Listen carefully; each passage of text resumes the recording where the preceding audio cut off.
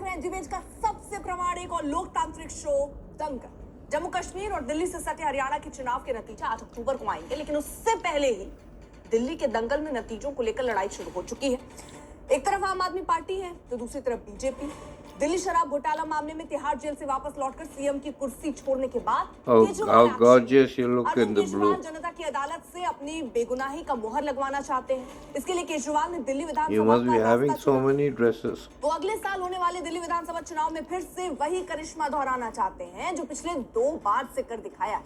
लेकिन इस बार दिल्ली की सियासी मिट्टी आम आदमी पार्टी के उतरा नहीं, जहां वोटों की फसल आसानी से काटी जा सके।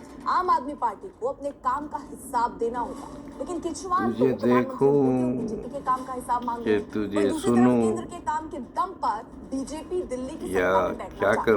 इस बीच मार्शल के मुद्दे पर भी आम आदमी पार्टी जहां भी गया वहीं डूब जाता हूं। आमने सामने इस मसले पर जमकर सियासी ड्रामा हो रहा है। अब ऐसे में सबसे बड़ा आखिर सवाल यही है कि दिल्ली की जनता काम कम और सियासत ज्यादा होने का खमियाजा कब तक भुगतेगी?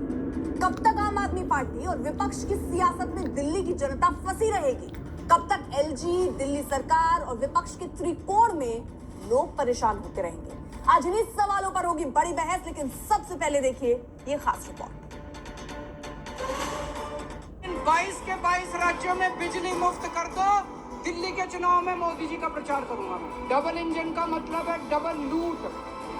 दिल्ली टूटे हुए और झूठे वादों का तंज सह रही है।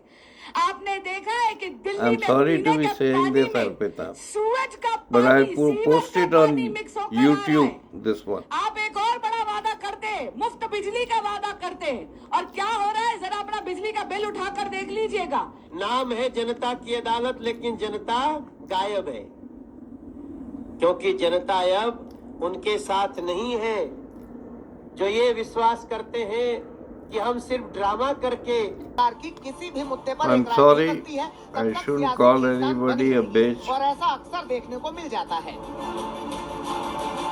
दिल्ली में महिला सुरक्षा एक बड़ा मुद्दा रहा। इसके लिए केजरीवाल सरकार ने बसों में मार्शल की नियुक्ति की गई थी। इसी मसले पर शनिवार को जमकर बवाल हुआ यूं कि कल दिल्ली सरकार की कैबिनेट ने दिल्ली में मार्शल की बहाली को लेकर कैबिनेट से प्रस्ताव मंजूर किया था।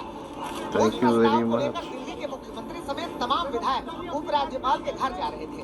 आम आदमी पार्टी के दूसरे विधायक और विजेंद्र गुप्ता का रास्ता रोकने लगे और उन्हें एलजी हाउस संजीव झा प्रवक्ता आम आदमी पार्टी इस वक्त हमारे साथ हैं, आरपी सिंह प्रवक्ता बीजेपी के हमारे साथ हैं, उमेश सहगल पूर्व मुख्य सचिव दिल्ली के इस वक्त हमारे साथ हैं, विजेंद्र गुप्ता बीजेपी के नेता जिनके साथ ये सारी घटना घटी है वो भी हमारे साथ मौजूद हैं। विजेंद्र गुप्ता जी का ही पहले रुक कर लेते हैं और समझ लेते हैं कि सर हुआ क्या है, ये सब चल क्या रहा है दिल्ली?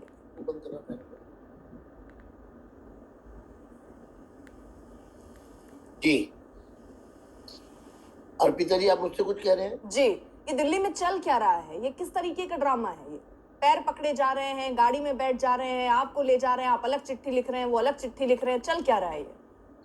देखिए, एक बड़ा साफ है, असली मामला कहां से शुरू हुआ। केजरीवाल जी ने 11 अक्टूबर 2023 को 10,792 जो वॉलंटियर्स काम कर रहे थे उनको हटा दिया, और वो पत्र जो केजरीवाल जी ने अपने हस्ताक्षर से लिखा था कि उनको हटा दिया जाए तुरंत प्रभाव से एंड ऑफ दिस मंथ यानी अक्टूबर 31 से इनकी सर्विसेज खत्म है। जब वो पत्र मैंने सदन के पटल पर रख दिया और सरकार से जवाब मांगा कि आपने इनको क्यों हटाया था, और सिर्फ हटाया ही नहीं था अर्पिता जी, इनकी 7 महीने की सैलरी रोक ली थी, जबकि सैलरी देने का काम सिर्फ और सिर्फ मिनिस्टर इंचार्ज का है, सैलरी रिलीज करने का काम सरकार का है। और अगर सैलरी पहले तो सैलरी रोकी हो गई, क्या हर महीने जो सैलरी दी जाती है वो किसी से पूछकर देनी पड़ती है? इन्होंने उनको 6-7 महीने से सैलरी नहीं दी थी। वो सैलरी इन्होंने उसकी फाइल भी एलजी के पास भेज दी, और प्रश्न ये है कि उससे पहले ये खुद उसको अप्रूवल दे चुके थे, फाइनल अप्रूवल हो चुका था और सैलरी रिलीज हो जानी चाहिए थी, लेकिन रिलीज नहीं की गई, उनको हटा दिया गया। जब ये सारी बात मैंने सदन में रख दी तो तब इनको लगा कि हमारी तो पोल खुल गई, और पोल खुल गई तो इसका मतलब ये है कि अब ये सच सामने आ जाएगा और ये सब लोग हमें छोड़ेंगे नहीं।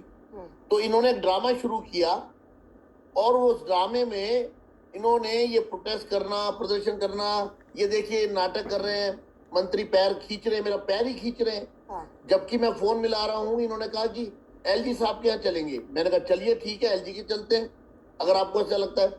उससे पहले हम लोग यहाँ इसलिए आए थे कि हमारा ये कहना था कि आप जो है पहले सरकार से कोई फाइल तो चलाइए।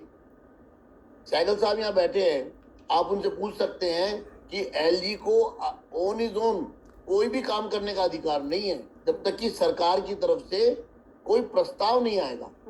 आपने कोई फाइल नहीं चलाई, उनको हटा दिया आपने।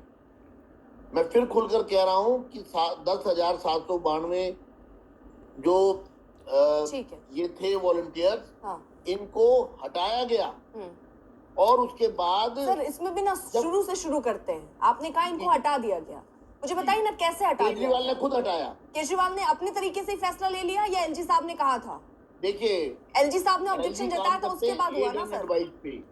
एलजी साहब करते एड एंड एडवाइस पर। हाँ। केजरीवाल ने चिट्ठी लिखी। हाँ, और ये माना कि कहीं गलती हुई, उसके बाद उन्होंने हटा लिया ना सर। ये प्रोसेस था ना, तो फिर केजरीवाल ने हटा दिया। हाँ, तो शुरू से शुरू कीजिए ना सर। मतलब ये एलजी साहब को आपत्ति थी, फिर केजरीवाल साहब ने माना कि हाँ गड़बड़ी थी, फिर उन्होंने हटा लिया। ये प्रोसेस था ना। किसने आपत्ति की? किसी ने आपत्ति नहीं की। एलजी साहब ने की कि नहीं की सर? कि जो प्रोसेस है वो गलत है, ये कहा कि नहीं कहा? देखिए, वो 9 साल से काम कर रहे थे। हाँ। 9-10 साल से काम कर रहे थे ना। हाँ। तो जब काम कर रहे थे तो केजरीवाल जी तो कोई मंत्री नहीं है, उनके पास कोई विभाग भी नहीं था, लेकिन उसके बाद भी मुख्यमंत्री ने अपना दबाव बनाया, इनको हटाना है। वरना तो मिनिस्टर को साइन करके भेजनी चाहिए थी फाइल। लेकिन ये फाइल विशेष रूप से चीफ मिनिस्टर ने मंगवाई अपने पास कि इनको हटाना है तुरंत। मतलब आप ये कह रहे हैं कि एलजी साहब के कोई ऑब्जेक्शन नहीं था, प्रोसेस फॉलो नहीं की गई, एलजी साहब के पास कोई फाइल गई नहीं थी पहले, गलत तरीके से नियुक्ति हुई है क्या? इस तरीके के ऑब्जेक्शन नहीं थे जिसको स्वीकारा केजरीवाल ने, और उसके बाद उन्होंने कहा कि हाँ ये गलती हुई। पत्र में कहीं नहीं लिखा कि मुझे एलजी ने बोला है। नहीं, वो कहा नहीं, लेकिन ये ऑब्जेक्शन के बाद ये हुआ। आप सुनिए, फर्स्ट टाइम प्रपोजल एलजी के पास भेजा गया फोर्सफुली, इनको तुरंत हटाना ही है। उनके पास कोई ऑप्शन ही नहीं बचा, क्योंकि उनको एड एंड एडवाइस पे चलना है।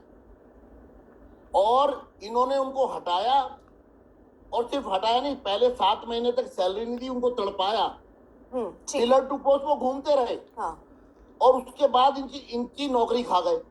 ठीक है। अब आप बताइए, जब एक बार इन्होंने हटा दिया, अब चूंकि चुनाव नजदीक है तो ये ड्रामा कर रहे हैं बहुत अच्छा। फिर हम कहते हैं कि आप कोई रास्ता निकालिए, आप फिर से कोई एक प्रोसेस शुरू करिए, कुछ तो भेजिए वहां पर।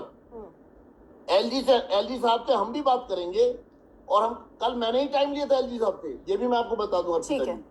जब मैं फोन मिला रहा हूँ, मैं उस समय जब ये नाटक कर रहे हैं, मैं उस समय एलजी साहब से टाइम ले रहा हूँ। ठीक है, ये नाटक चल कहाँ रहा है?